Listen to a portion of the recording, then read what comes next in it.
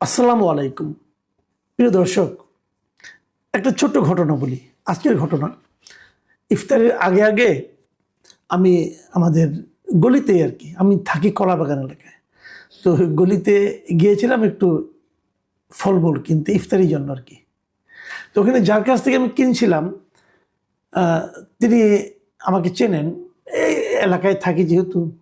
উনি আমাকে বলতেছেন, স্যার, আমাদের এমপি সাহেব তো ভাইরাল হয়ে গেলেন। আমি বললাম কি যে ভাইরাল হয়ে গেলেন মানে? ওইখানে আপনি দেখেননি উনি কালকে কি বলেছেন, সারা দেশের মানুষ এখন ওনাকে চিনে।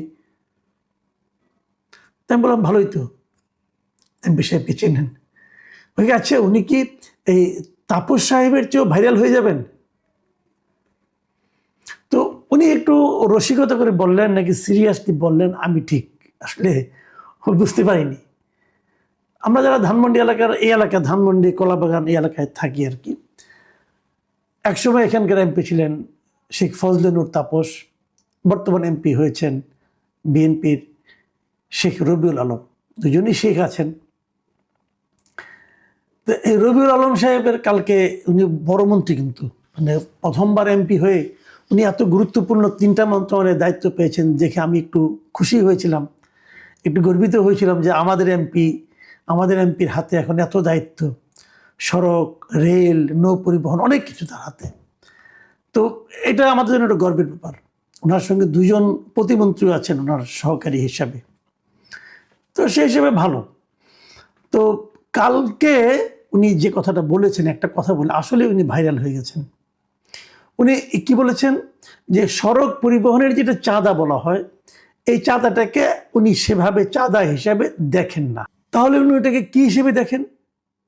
ওনার বক্তব্য হলো এই টাকাটা তারা সমঝোতার ভিত্তিতে তুলে, কাজে এটা তো জোর করে তোলা হচ্ছে না। আমি যদি বরং ওনার নিজের মানে মুখের কথা দিয়েই বলি, ওনার পুরো বাক্যটা আপনাদের একটু পড়ে শোনাই।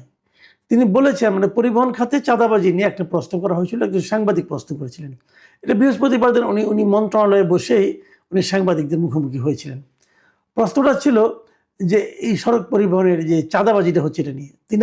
তার উত্তর ছিল, সড়কে পরিবহনের চাঁদা যেটা বলা হয় সেভাবে আমি চাঁদা দেখি না।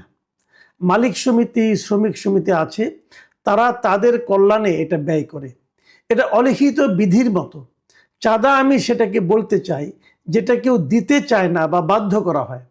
মালিক সমিতি নির্দিষ্ট হারে টাকা তুলে মালিকদের কল্যাণে ব্যবহার করতে চায়। কতটুকু ব্যবহার হয় সেটা নিয়ে হয়তো বিতর্ক আছে, কিন্তু তারা সমঝোতার ভিত্তিতে এই কাজটা করে।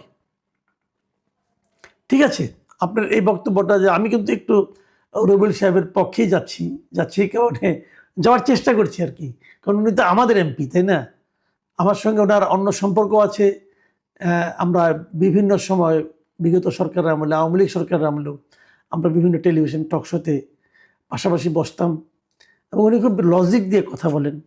আমার পছন্দ ছিল, উনি আমার পছন্দের লোক। এবং আরও একটা সম্পর্ক আমাদের মধ্যে আছে, সেটা হলো যে আমরা ঢাকা ইউনিভার্সিটিতে একই ডিপার্টমেন্টে পড়তাম। একই ইয়ারে না, উনি বয়সে আমার চেয়ে অনেকটাই ছোট হবেন, বাট আমরা একই ডিপার্টমেন্টে পড়তাম, জার্নালিজম ডিপার্টমেন্টে পড়তাম।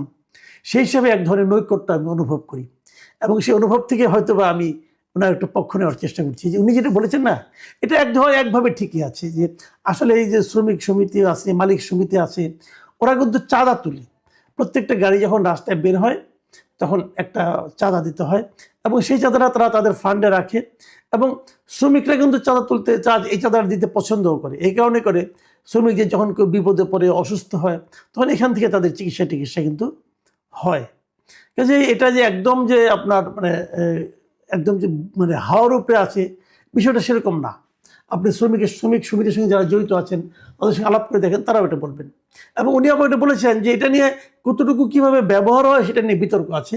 এটাও ঠিক আছে, এটাও আমি অস্বীকার করি না, কারণ যারা নাকি দায়িত্বে থাকেন তারাই কিন্তু অধিকাংশটা মেরে দেন। যেমন শাহজাহান খান সাহেব ছিলেন এক সময় আওয়ামী লীগের মন্ত্রী, উনি কিন্তু দীর্ঘদিন ধরে এই মানে শ্রমিক সমিতির একজন লিডার ছিলেন। এবং এক সময়ে আমরা যতটুকু জানি আমি আর কি, যে এই শ্রমিক সমিতির যেটা আছে, এখানে আবার কোনো দল নাই, কিন্তু এখানে আওয়ামী লীগ, বিএনপি অথবা বামপন্থী দল, এরা সবাই মিলেমিশেই এই সমিতিগুলো চালায়। যাই হোক, ওনার এই বক্তব্য একদিকে ঠিক আছে, আবার আরেক দিকে ঠিক নাই। আরেকদিকে একটা ভয়ঙ্কর বিপদ ঘটতে পারে ওনার এই বক্তব্য থেকে, এবং আমি বিপদটাই বেশি দেখি। দেখুন, চাঁদার কোনো শেষ নেই, কিন্তু চাঁদা যে কেবল শ্রমিক সমিতি এবং মালিক সমিতি তুলে তা না, কত ঘাটে ঘাটে যে চাঁদা দিতে হয়। আপনি গাড়িটা রাস্তায় নামাবেন, নামানোর সঙ্গে সঙ্গে আপনাকে চাঁদা দিতে হবে, এবং আজকে কোন রুটে আপনি যাবেন সেটা নির্ধারণ করে দেবে, কোন সময়ে যাবেন, সব কিছুর পেছনে কিন্তু চাঁদা আছে। আর উনি যে কথাটা বলেছেন যে সমঝোতার ভিত্তিতে, ভাই সমঝোতাটা কি জিনিস বলেন তো? ধরেন আমি রাস্তায় যাচ্ছি, একজন এসে আমার সামনে একটা ছুরি ধরলো, ধরে বললো তোমার মোবাইল দাও, তোমার ঘড়ি দাও, তোমার যা আছে দাও, মানি ব্যাগ দাও। আচ্ছা, আমি কি তার সঙ্গে মারামারি করবো? করবো না তো, কারণ আমার ছুরির ভয় তো আছে, আমি তাকে দিয়ে দেবো এগুলো। তো এই যে আমি দিলাম, আমি কোনো শব্দও করবো না, লোকে কি মনে করবে যে আমি বোধহয় সমঝোতার ভিত্তিতে দিয়ে দিলাম। আমি কি সমঝোতার ভিত্তিতে দিলাম? আমি আরো উদাহরণ দিয়ে বলি। রবিউল সাহেব নিজে কিন্তু কনস্ট্রাকশন, ওনার কোম্পানি আছে, কনস্ট্রাকশনের ব্যবসা উনি করেন, আওয়ামী লীগের আমলে করেছেন, একদম করেন না তা তো না, ভালোই করেছেন। আচ্ছা, ওই সময় কি ওনাকে চাঁদা দিতে হয় নাই? চাঁদা না দিয়ে উনি ব্যবসা করতে পারছেন আওয়ামী লীগ আমলে? পারেন নাই। এবং এই যে আওয়ামী লীগ আমলে চাঁদা দিচ্ছেন, এই চাঁদা দেওয়া নিয়ে উনি কি কোনো জায়গায় থানায় যে মামলা করছেন যে আমার কাছ থেকে চাঁদা নিয়েছে? করেন নাই। তখন করলে উনি ওনার ব্যবসা করতে পারতেন না রে ভাই। উনিও এটা সমঝোতার ভিত্তিতে দিয়েছেন। যত লোকে চাঁদা দেয়, যে কোনো কাজ, আপনার কোনো কনস্ট্রাকশন কাজ করতে যান, একটা বাড়ি বানাতে চান, আপনাকে চাঁদা দিতে হবে। আপনি মন খারাপ করে দিবেন, কিন্তু আপনি এটা নিয়ে হইচই করবেন, করলে তো আপনি কাজই করতে পারবেন না। আচ্ছা, এটা বাদ দেন, পরিবহন খাতের চাঁদার কথা বলি। আপনি মনে করেন টেকনাফ থেকে তো আমাদের অনেক মালামাল আসে, মিয়ানমার দিয়ে অনেক আসে না? টেকনাফ থেকে একটা, আমি কিছুদিন আগে, মানে আওয়ামী লীগ আমলের কথা বলছি, ওই সময় একজন, মানে আপনি এই যে ভোক্তা অধিকারের যিনি ডিরেক্টর ছিলেন, তিনি বলেছিলেন, একজন ওপেনলি বলেছিলেন যে ওখান থেকে একটা ট্রাক মাল আনতে, টেকনাফ থেকে ঢাকা পর্যন্ত আনতে তারা 24-25 হাজার টাকা নেয়। এত টাকা কেন? তখন তারা বলছিল যে অনেক জায়গায় তাদের চাঁদা দিতে হয়, চাঁদায় চলে যায় কয়েক হাজার টাকা। এই চাঁদাটা কিসের? এই চাঁদাটা কি সমঝোতার ভিত্তিতে দেয়? হ্যাঁ, দেয়। সমঝোতার ভিত্তিতে চাঁদা না দিলে সে ব্যবসাই করতে পারবে না। রেট হয়ে গেছে, আপনি অমুক পয়েন্টে এত টাকা দেবেন, তমুক পয়েন্টে এত টাকা দেবেন, পুলিশকে এত টাকা দেবেন, সব সমঝোতা, এবং তার একটা ছোট্টকে স্লিপ ধরে দেবে আপনাকে এই চাঁদা নিয়ে। এই সমঝোতার চাঁদাটাকে আমরা চলতে দিতে চাই? আমরা কি নতুন সরকার পেয়েছি, এই সরকারের কাছে কি আমরা চাই যে তারা এভাবে সমঝোতার ভিত্তিতে চাঁদা চলুক, এটা অনুমোদন করবেন? দেখেন, শেখ রবিউল আলমকে বলছি যে আপনি একসময় কিন্তু ব্যবসা করতেন, একসময় রাজনীতি করতেন, এখনো করেন রাজনীতি, বিভিন্ন জায়গায় কথা বলতেন।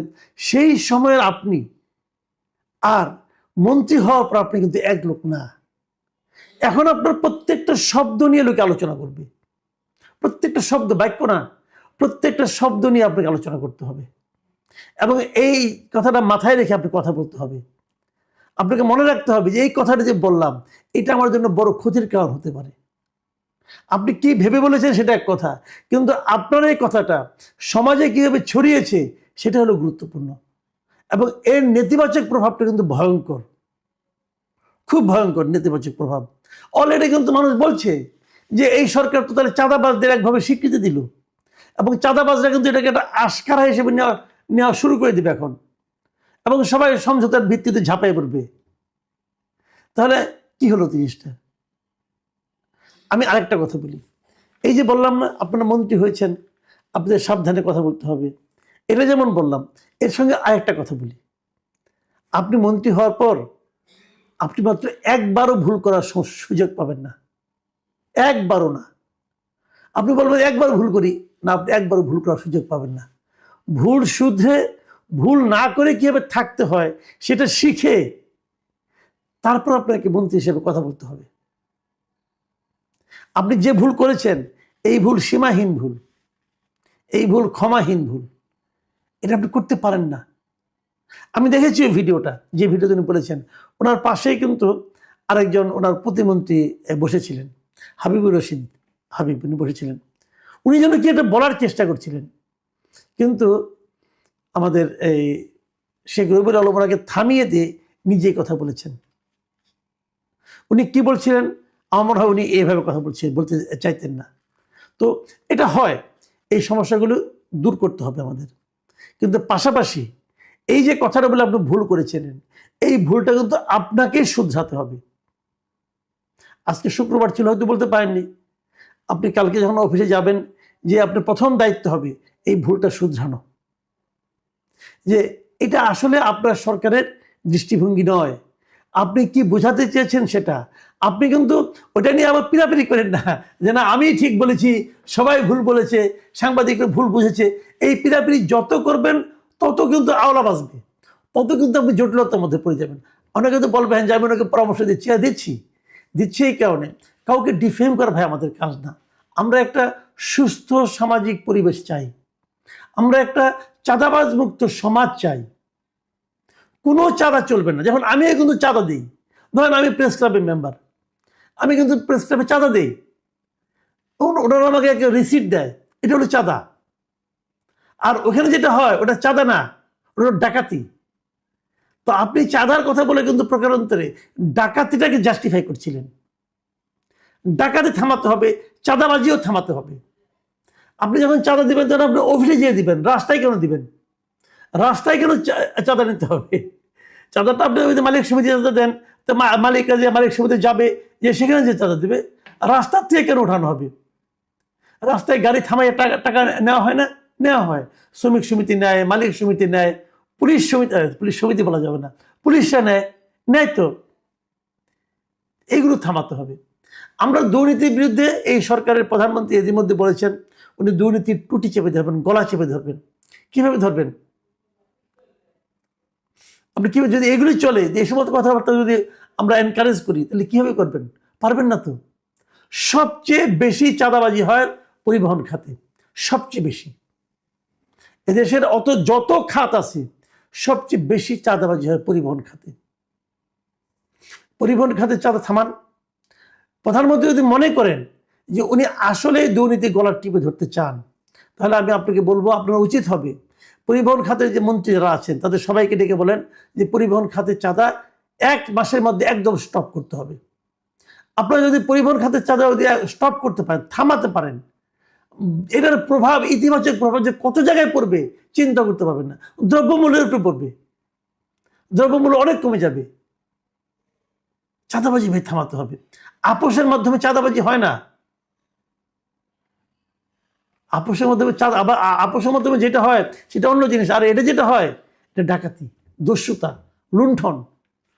প্রিয় দর্শক, এখন এই পর্যন্তই। আল্লাহ হাফিজ।